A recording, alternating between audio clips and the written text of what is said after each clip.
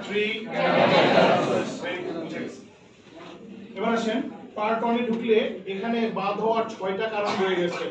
কারণ কি এই তিনটা পার্টের প্রত্যেকটা পার্টের নিচে দেয়া আছে the above information is correct and I would like to go next step।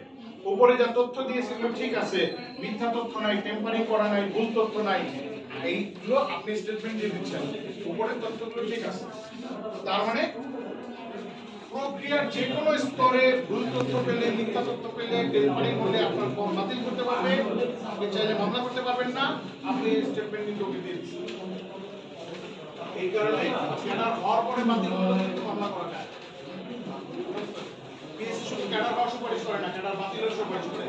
আকাশ কোনো বিশেষে নাম বলবো না, এক অফিসার সে 20 স্টুডেন্ট, ধরেন উদাহরণ দিচ্ছি 20 এপ্রিল তার পরীক্ষা শেষ হয়েছে, কিন্তু পিএসসির আবেদনের লাস্ট ডেট ছিল 16 এপ্রিল।